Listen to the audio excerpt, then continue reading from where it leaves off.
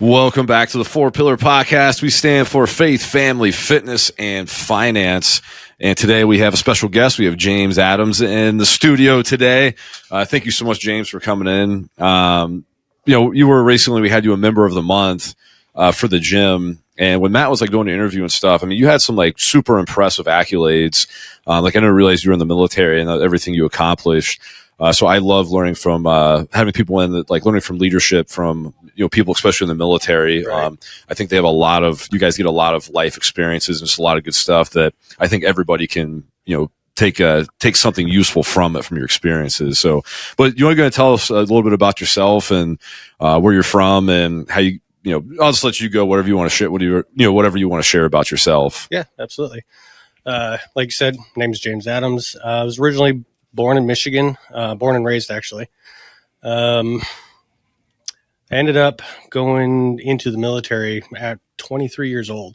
It's something I always knew I was going to do growing up, but I realized, right out of high school, I had some fun that I wanted to do, until money got tight. Right. I had my first daughter at 21, and then that's when things were like, kind of really hit me.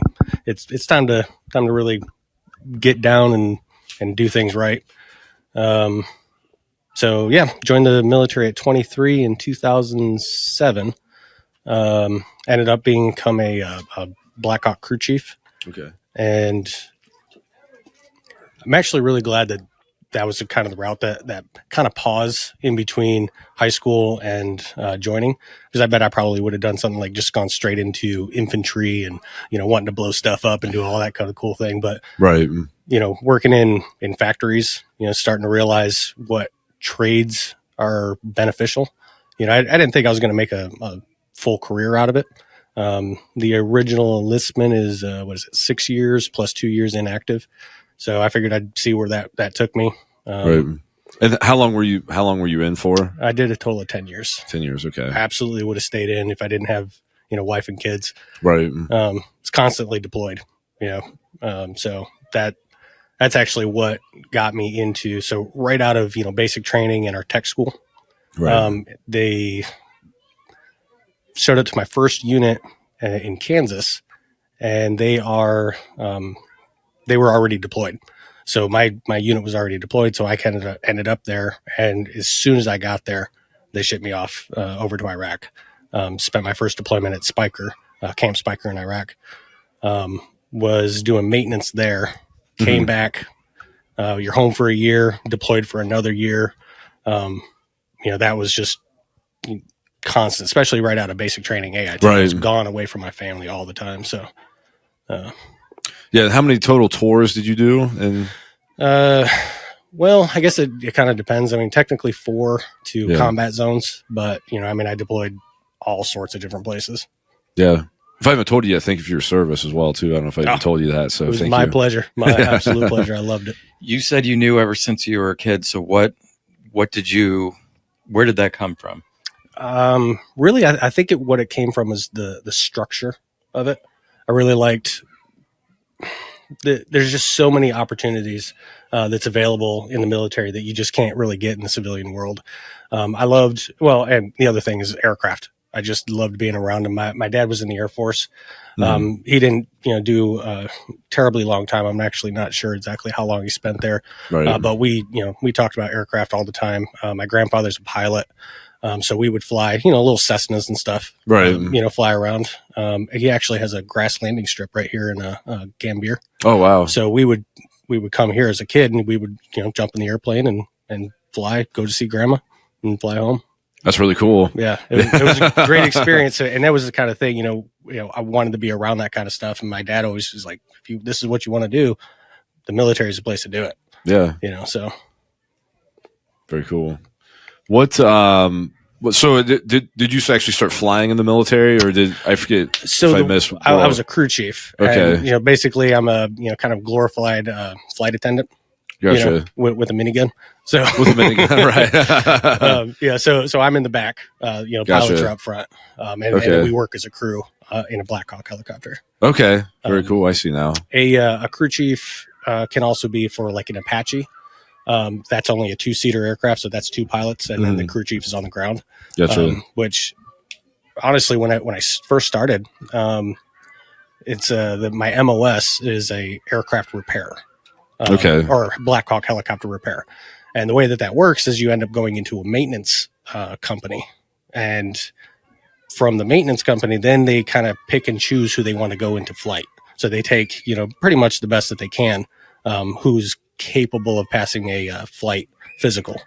Gotcha. And then you actually get to go into flight, and then you start learning how to become a crew chief rather than just wrench turner. Okay. What was the top 3 things that you learned from the military that was most beneficial for you that you took away from it? Whether it's about yourself or just about life in general. Right. I would say definitely, discipline, leadership, and really family. It sounds, kind of cliche, but honestly, they create such a great environment. The military that a lot of people think, and even what I thought of, that you don't have drill sergeants or NCOs, sergeants and stuff yelling at you all the time. It's a whole different environment once you get into that place and you start looking at the different leaderships that you have. You can find good leaders and bad leaders in every organization, right. And you just kind of tailor your style or what you choose to be, out of the leaders that you see and follow. And it makes a huge difference between your relationships with, subordinates. After I became a sergeant, actually I ended up as a corporal, which is kind of a weird rank in the aviation unit. Okay. Why is that? They just don't have a whole lot of them. Gotcha. Usually they don't necessarily require them. So when I was in the medevac, after my second deployment, when we came home, there's a lot of guys that were getting moved to other units. That just kind of the way that the military works, they move people around all the time. So the medevac has medics, of course, who are also enlisted, and then crew chiefs. Well, when I got back from that deployment, all of our NCOs on the crew chief sides were getting moved around, and the medics were still there. Gotcha. So it left kind of a vacuum of leadership. Which is where, because of, some of the stuff that I've done and my, I don't know, I kind of shined, without being self-boasting, right. But, to my leadership, they recognized that I had the skills that they needed and wanted. But I just didn't quite have it's a point system, for promotions. Gotcha. On the enlisted side. So, I just didn't quite have the points that I needed to get to, that next rank. And a corporal is a commander decision, right? So the commander can kind of almost field promote you. Gotcha. Probably not using the right, terminology. Right. But, I know what you're saying. Yeah. Okay. So yeah, became the kind of subject matter expert for the maintenance side as a crew chief, and then kind of worked on from there. Gotcha. Sorry, did you have something, Matt? Go ahead. Well, you said discipline, leadership, and family was the third one? Yeah. Okay, speak to that. What do you mean by just the family of the guys you're working with? You know what? Actually, it's it's because you're gone so long. You're away from everybody, secluded from your actual family, and it makes you realize just how much, how important they are. I mean, it seems pretty normal that everybody knows that their family is important, right? But once you're really, really gone and you're just completely away from me, you don't get to watch your kids grow up and stuff. And you're just like, this is where I want to be. This is the most important part of my life. It's not about, money and cars and that kind of stuff. I just want to be home and be a father, be a father and a good husband. And well, we've had officers and firefighters in here, and they all kind of say the same thing. So how did that affect your wife and kids, you being gone for a year at a time, and what kind of sacrifices do they have to make and stuff? Oh man. Yeah. I think they even say the hardest job in the military is a military wife. Yeah. And for very good reason. Fortunately, kind of the way that we, have our lifestyle set up, she was able to be a stay-at-home mom, Nice. So I didn't have to worry about her being gone all the time. 3 young kids. and, constant deployments and training and night flights and stuff. Cause that's the other thing is you always fly at nighttime because you always have to have at least an hour of night vision goggle, flight time. Gotcha. So even when I was home, I was still on a weird, night schedule basically, or late at night. So, my wife took control and did such a great job. I mean, such a great job at raising the kids when in my absence. And Yeah. It sounds like I was gone a lot, but I was also at home a lot too. Right. What's like a tip you would give for time management with families, or even somebody that else is in the military that's maybe younger, or just maybe in general? What's like a time management tip to try to that maybe you guys use so you could spend more time or get to talk to your family, or however you'd like to answer that? That's an interesting question. So one of the nice things that the kind of working government hours and or their schedule is we would always have like a 4-day weekend almost every month. Okay. Providing I was at home. Right. We would have a 4-day weekend, and that was always making sure that when I was home, I was home.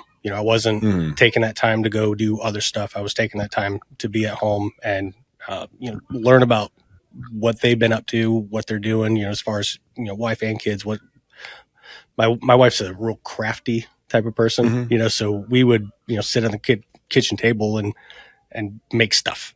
Right. I was terrible at it, but sure, that's what your wife likes to do. So that's what you did. Yeah. So it was doing things that they like to do. I was already doing the stuff that I like to do. So when I was home, it was time to do what they wanted to do and participate in that. So. I like that. It's just basically you're saying just be present. Like when you're home, I know like a lot of people, they go home, they take work home with them, or they're not actually at home even when they're home. So. Or they might, go out in the garage and work on their car, go to the bar with the guys. I mean, go golfing, right. And that's a big thing as far as not taking work home with you. And there's a big deal when it comes to especially when you come home from a deployment. It's a huge transition, going from that environment back into just regular everyday life. It's a huge transition.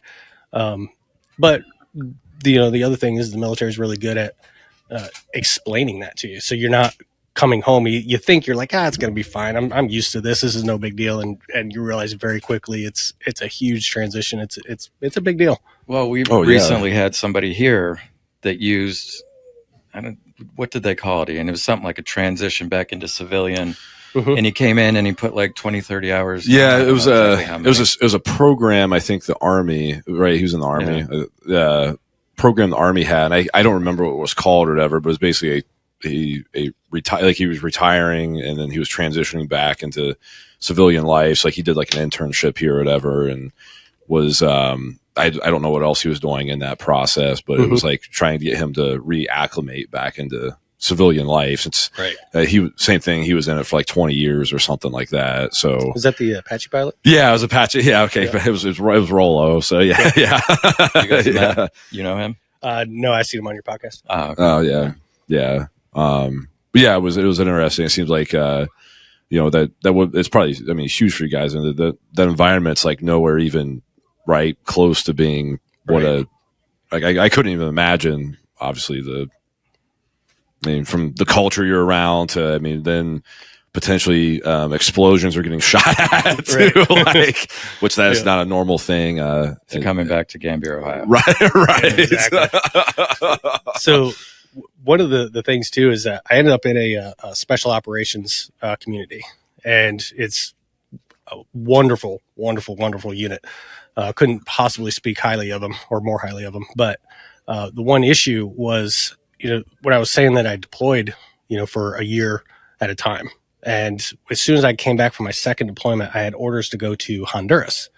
And I was actually really excited about it, but it was another year-long, basically, deployment. Honduras isn't necessarily technically considered a hostile territory. Right. I would have end up doing either drug interdiction or medevac. And because I was already in the medevac, it's kind of where I was headed to, but it depends.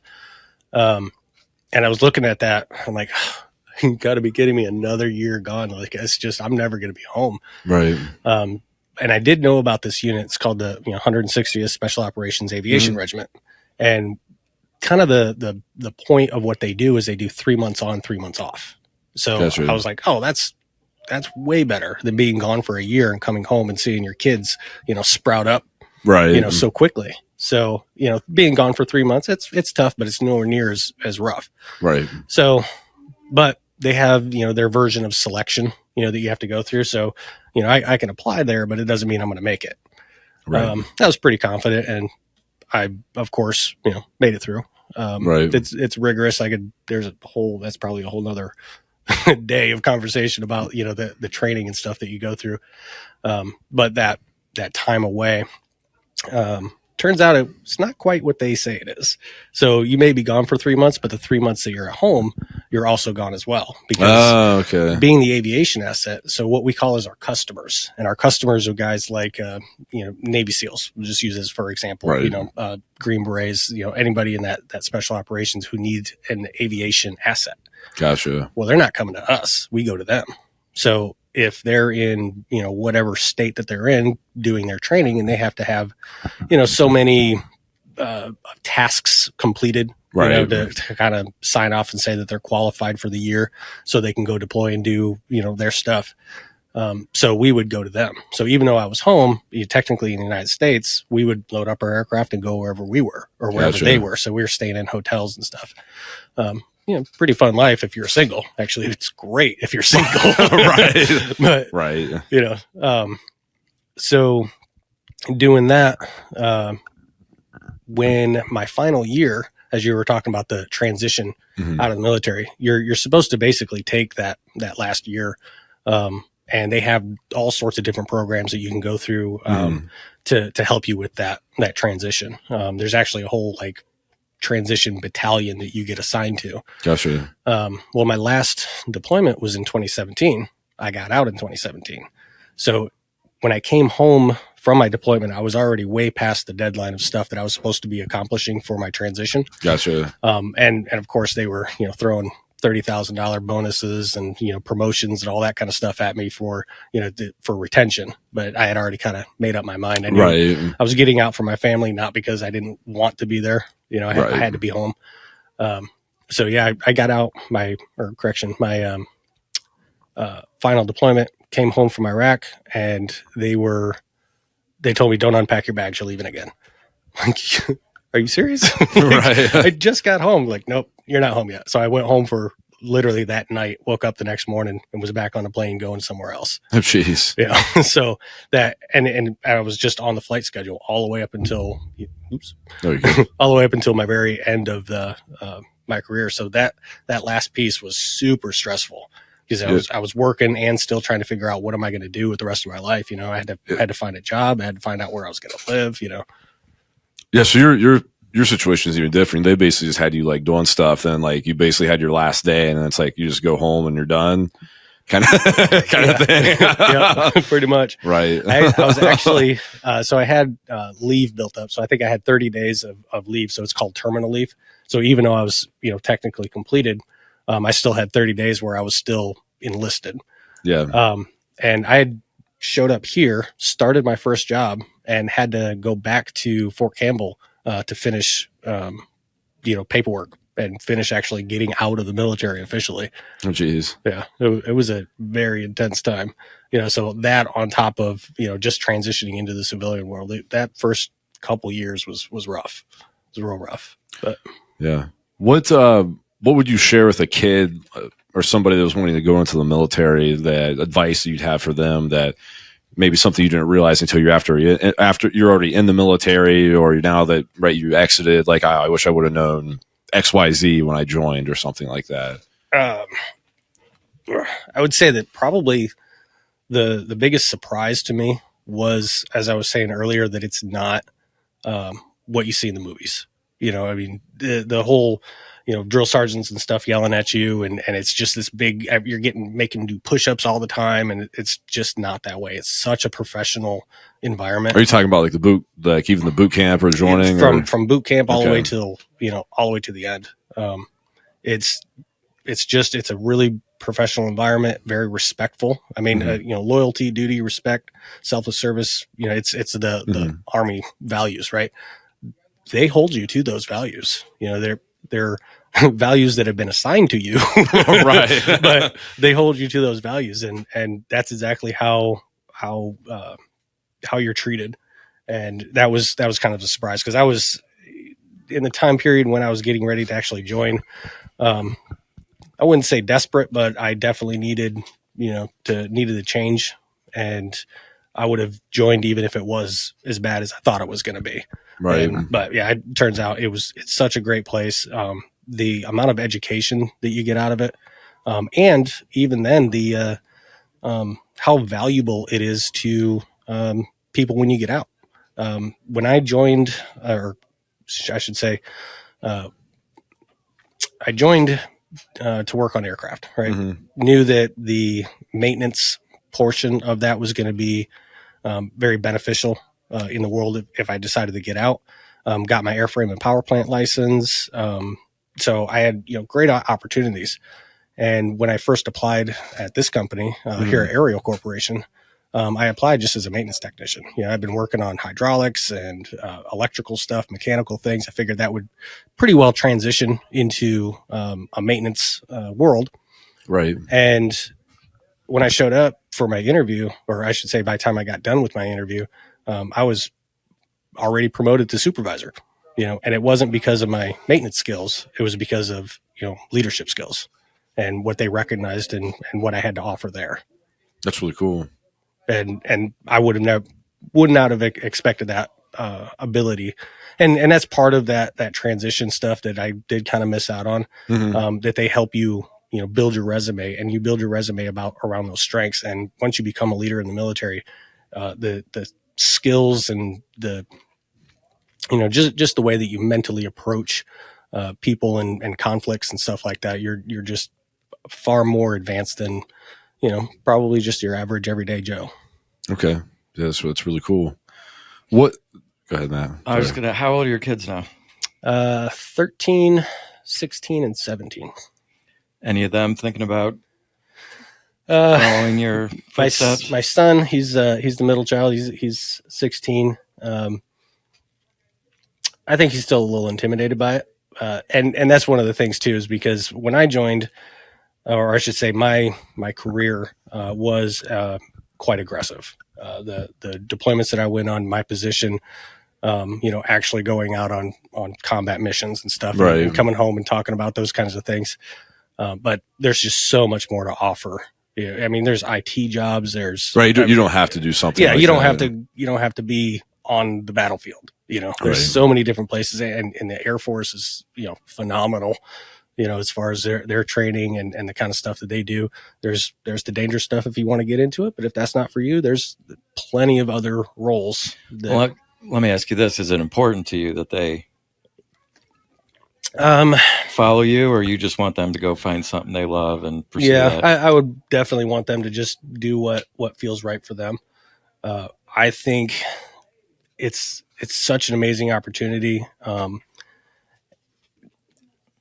Definitely not going to speak ill of college, but it is a completely different route, and it has not the same success rate, as guys that are coming out of the military that successfully complete the military, take it seriously, and do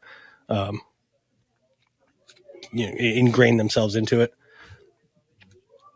I don't know. Well, I mean, I'm not a huge fan of college either, unless you're going to go be a doctor or a nurse, or there's certain things that it makes sense, right? But yeah, I mean, I think college is super overrated. It's just my opinions anyway. Right. Yeah. And I'm kind of under that same belief. So, it took me a while to decide that even though I knew I wanted to, I always had that inner kind of like, I could see myself in it. It was like, I knew that it was something that I wanted to do. I just hadn't quite taken that step. And it, took me a little while. It took me birth of my first child to realize it's time to buckle down and be serious about this. Right. So what is from like your deployments, or whatever, obviously that's appropriate, or you want to share or whatever. What's a good story or something that you remember, or whatever, a mission or something that you like to share that you remember.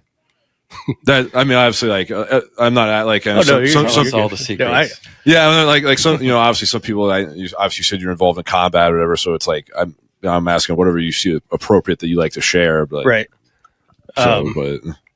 So there's a lot, right? There's a lot. Tell us a good, I guess a good story. Yeah, of course. One of the good ones. So it's a little graphic, but it was actually my first medevac mission. So I had actually, it's called a baptism by fire. So when I was training to become a crew chief, normally you do that in the States. You get all of your training, all of that stuff done. But kind of the way that things worked out, I ended up starting my training while I was in Iraq. So all of the initial training and getting me up to speed to be part of a medevac crew was done over there. So sorry, sometimes it creates problems, but anyway, so my very first one, I got very experienced medic on board with me. Yeah. I'm just kind of learning how to be part of the crew. I'm fully qualified, as far as I'm signed off on all of the tasks and drills that's required of me. And we get the call. It's we carry around these radios. Is it medevac, right? And you just run to the aircraft. You get everything going. Aircraft's getting started. Pilot in command is getting the location of where we're going. How many casualties and stuff are we dealing with? And so we get to our first one. It was an IED explosion, and the patients that we had, one was deceased, another was it's called litter, right? So they have to be laying down. You can have ambulatory where they're sitting up, or they're litter and they're laying down, right? Okay. So we load up the deceased first, and I'm trying to be strong, and unfortunately, the soldier that was deceased had been caught in a fire. I mean, just completely burned, and they on the ground crew tried to help the best that they could. He ended up not making it, but he was covered in burn gel, and as I'm saying to this, it may not be. It's probably a little intense. It's kind of dark, but the reason why it was interesting to me is because I was sitting there trying to hold it together. This is just a Tuesday for these guys. These are professionals. This is just my first time. Right. It's going to be like this. So and I have to basically crawl through the cabin. So I'm holding one end of the litter, standing up onto the floor of the cabin, and then have to walk back through. And then we have these things where you actually put the litter onto racks, basically, so you can stack multiple casualties in the aircraft. And as I'm doing that, our medic is vomiting all over.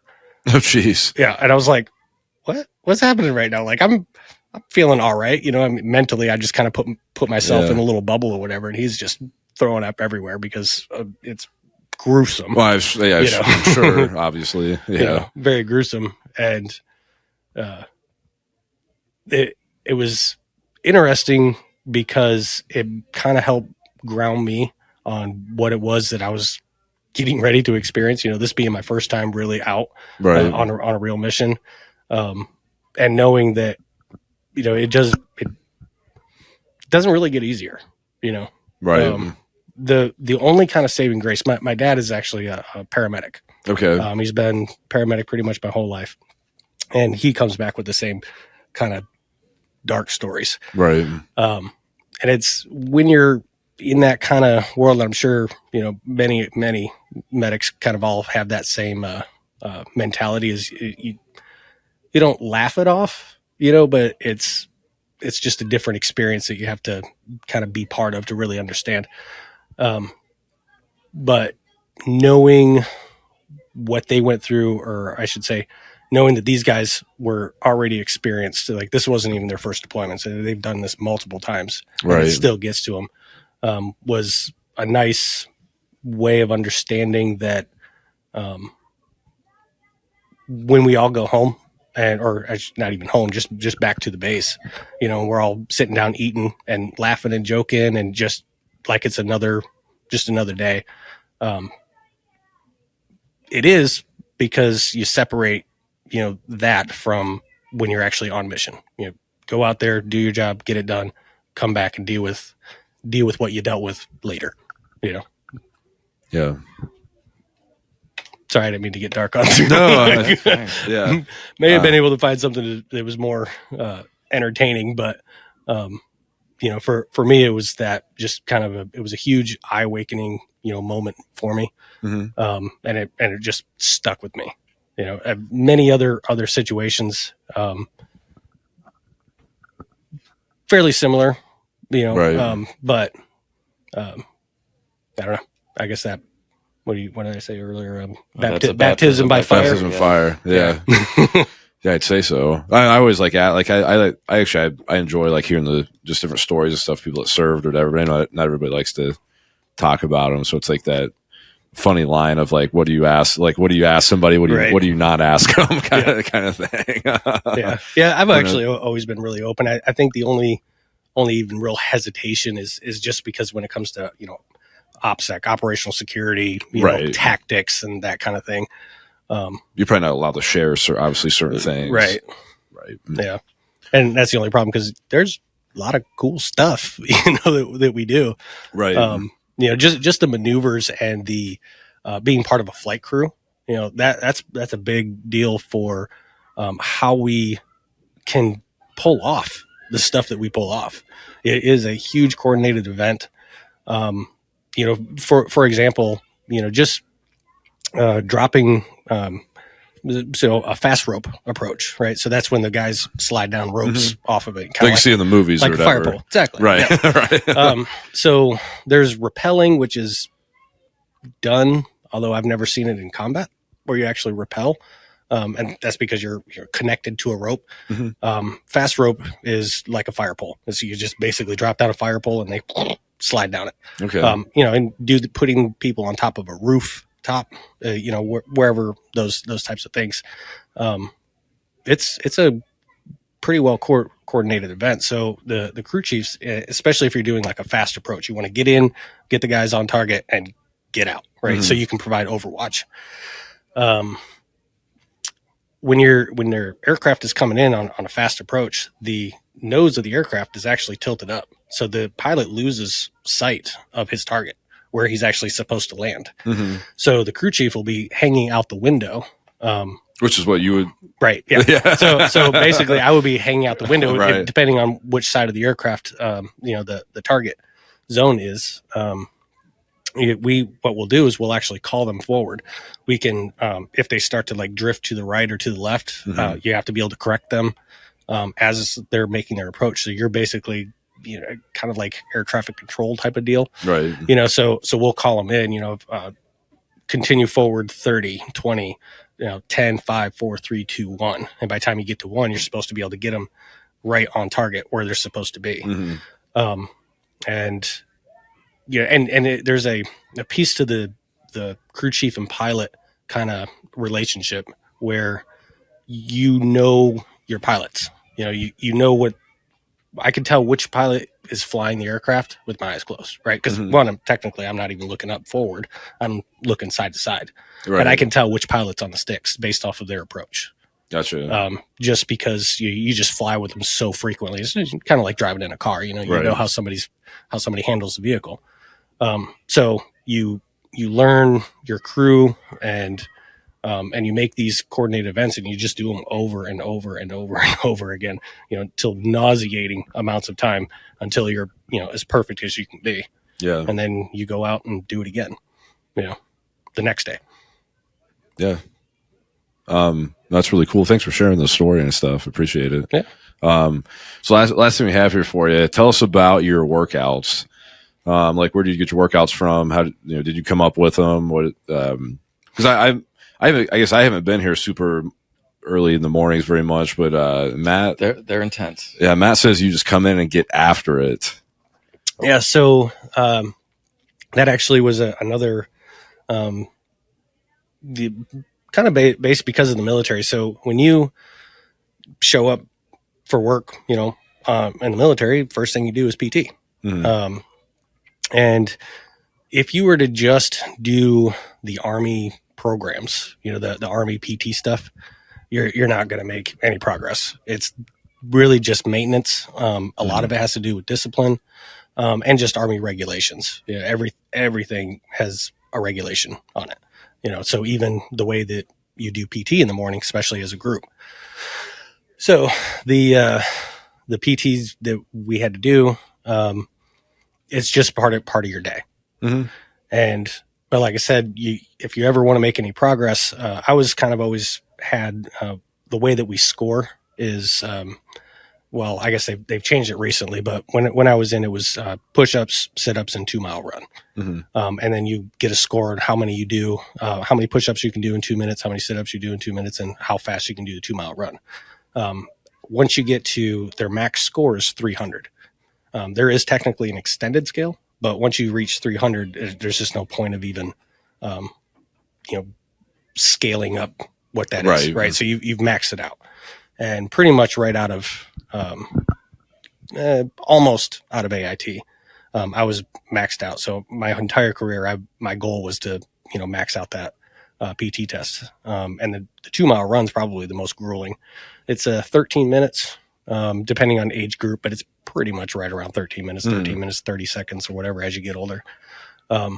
So doing 2 miles in 13 minutes. So I never wanted to get to just 13 minutes. I wanted to be below that. So I always focused a lot of my efforts on, just being fast, which also required me to be fairly lightweight.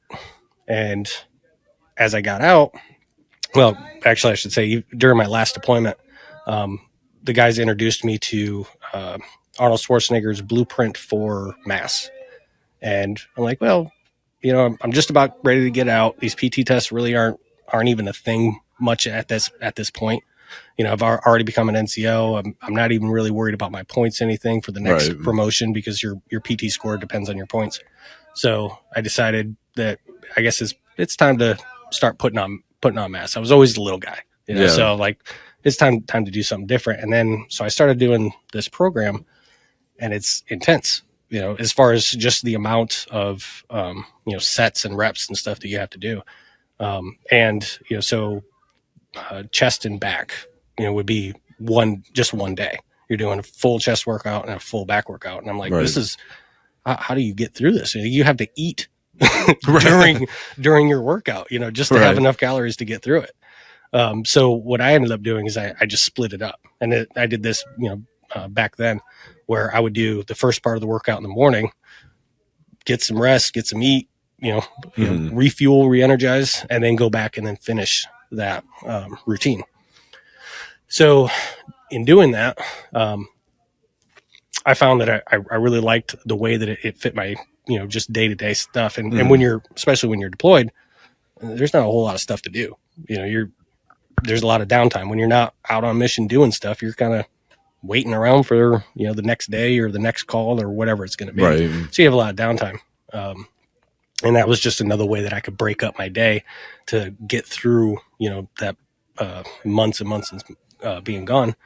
So when I came back, or I should say when I got out of the military, and I built my own gym at home, I have a pretty decent amount of equipment, and I started doing that routine. Well, one of the issues that I ran into was, now I'm at home, and, I wake up in the morning with the kids, they're all getting ready to go to school, and I'm down in the gym, which is down in the basement. Well, then I can hear them, Dad, where's my shoes? They come knocking on the gym door and stuff, bothering me. I'm in the middle of running or lifting or something. I'm like, are you kidding me, guys? Like, would you leave me alone? I'm not used to that. I was always in a gym, somewhere else where you just don't get bothered. You put on your headphones and you go to work. So that started becoming troublesome. Right. So that's when I ended up coming here. Not so much because I wanted to get away from the family. I was actually doing some rearranging at the house, and the place to put stuff ended up in my gym. I'm like, well, this isn't going to work. I'm going to have to go somewhere else. So I came here. But what I like about it too is the way that I treat it is like, like I go to work. Right. You know, I wake up in the morning, and it's not whether I want to go to the gym, because it's not like I want to go to work either. You know, Right, you just right. wake up and you just do it. It's part of your day. This is what you have to do. So at the beginning of my day, I show up, I come here, and you know, get after it. And then by the time I get to work, I've already got all the endorphins and stuff going from work, or you know, from the gym. Mhm. I'm feeling good. I'm awake, not groggy or anything like that. Go through my day, and then at the end of the day too, another issue is you come home. You know, most people, you know, when they get out of work, you come home and it's right back at it. Family, you know. Right. My wife wants to tell me about what crazy stuff my son was doing, or you know, my daughter wants to go somewhere, or what's for dinner. You know, that Mhm. normal stuff, right? Normal family stuff that I'm happy to be around. But right when you get out of work and you walk into another chaos, you're like, you know. Right. So I get out of work, I come here for another hour, and kind of do the same thing. You know, it's almost a bringing myself down to normal. You know, Right. feeling good, and then when I get home, I'm ready for home. Yeah. I like it. It's pretty cool. Yeah, Matt says you come in all black or whatever, like headphones on, like don't talk to anybody. Just It's like me. yeah, He's not there to socialize with people or bullshit or whatever. He's there to work out. Yeah, the all black thing too is that was kind of like basically our uniform, you know, for the 160th. That was our PT. Okay. So everybody had to wear black pants, or black shorts, black pants, black shirts. And I don't know, I just don't feel comfortable in colors. It seems weird, but Sure. you know, like blues and reds and stuff, you just kind of, it makes you stand out. In gray, you could just see the drench of sweat, you know, on it, you know. So Right. it kind of helps, just kind of, and of course, yeah, you know, the socialization, I just don't have time for it, you know. Right. I got a lot of stuff to get done in a short, you know, designated amount of time. And not that I'm, you know, antisocial in it. Right. I give people the opportunity to have conversations. You know, a lot of people are, you know, a lot of really, really good people here that will take that time, but they also recognize, you know, I'm in the mode, you know. Right. You're here to get after it. You Yeah. know, especially like 2 minutes between sets is about the most that I give myself, Mhm. you know. So and I pretty much fill that entire hour with my routine. So Very nice. Well, you mentioned something earlier. I was talking to somebody yesterday about, he was saying, some days I just can't get in here and it's this or it's that. And I said, you go to work every day, right? And he goes, yeah.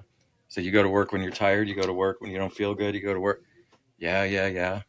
It's the same thing with this. Yep. You leave it up to a question. Do I feel like it? right. Can I do? You just go. Just like you go to work, just like you show up at the end of the day and you're a dad and you're a husband. Mm-hmm. You just go. Well, you don't even ask yourself. Right. You know what It's I mean? not Yeah. Well, I think the problem is everybody takes mental health days, right? right. Yeah. I assume you don't take mental health days. So I do have one day off a week for or one day off per, you know, I mean, you got to have some sort of rest day. But actually, so I just last week was the 4th of July, Right. and took vacation, took my family up to Michigan. The vacation was good, but I hated it. I hated breaking up my routine. Right. I felt like idle hands. I'm like, what am I supposed to be doing right now? Like, Yeah. Yeah. You're supposed to be sleeping and enjoying it, relaxing and doing nothing, right? Right. Which you don't do very yeah, I well. don't know how do people do that? That's crazy. Yeah. Yeah. No, thanks, James, for coming in. I enjoyed talking to you. Is there anything else you want to share or anything, or? What do you like better, Michigan or Ohio? I would, you know what, the only thing I dislike about Ohio right now is the lack of water. Michigan, like, you're never 5 miles away from a lake. And here, yeah. like, you can find a lake, you know, like, was it Apple Valley, Mhm. but it's small and it's packed full Right. of people. Well, and you got to have a membership to get into it. Exactly. You know, up there, I mean, there's just so much water, you know, whether you're actually on the Great Lakes. So, you know, I mean, the Great Lakes are huge. You get out in the middle of it, feels like you're in the middle of an ocean. You know, you can't see land on both That's sides. that's where we typically actually go for vacation every year. Is we go up to Lake Michigan. Oh, okay. Yeah, we like a lot up there. My dad has a sailboat, Okay. And I've gone with him a handful of times, probably not as much as I should. And he asks me all the time. But yeah, he's got a sailboat up in the Traverse City area. Okay. Yeah. So like Sleeping Bear Dunes and stuff, and that's where he lives, and it is absolutely beautiful country. It is beautiful up there. Yeah.